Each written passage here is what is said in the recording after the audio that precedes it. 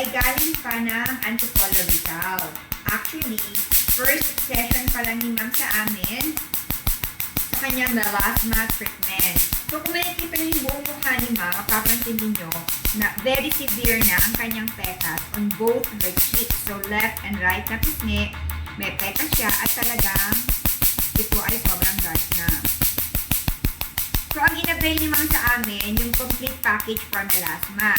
So, yung package na ito ay consist of 11 na piraso mga produkto, mga gamot ito na ilalagay ni ma'am sa kanyang mukha, isang intensive session ng Pico Laser procedure na ginagamitan namin ng 2 lasers in just 1 session, and then, nag-usap din kami kanina ni ma'am ng seryoso tungkol sa kanyang melasma, kung paano itong gagaling, kung ano yung mga dapat niyang ilagay, at kung ano yung mga procedure na gagamitin sa kanya.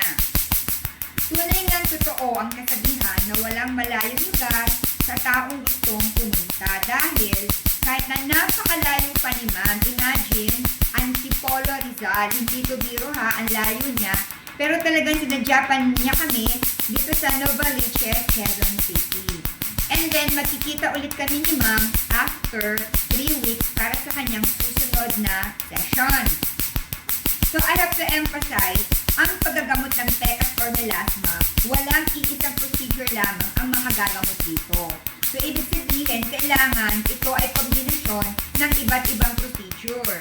So, it means, pagkatapos ng 2 sessions namin ng Pico Laser, mag-chemical peeling din kami ni ma'am, diamond peel, black carbon laser, and then bumabalik din ulit kami sa Pico Laser. Kasi mas maganda ang ganung klase kapag iba-iba ang procedure na ginagawa. Pero, syempre, yung 11 produkto na inilalagay niya sa kanyang mukha, tuloy-tuloy ito. So, sa mga gustong magpagamot sa amin ng pecas or melasma, well, kung saan nyo napapanood ang video na ito, i-chat nyo lamang kami. Ako mismo ang sasagot sa inyo. Or you can call or text us at 0925-853-4636. Ang aming location ay sa Novaliches Bayan, Quezon City. So, magpapaalam na kami. Ako nga pala, itong unang nakikita ninyo, ito yung unang laser na ginagamit ko. Mamaya, pagkatapos nito, buong mukha ang ili-laser ko. Pagkatapos nun, yung pangalawang laser, kung saan lang siya may melasma or pecas. So, I have to say bye! Bye-bye na guys!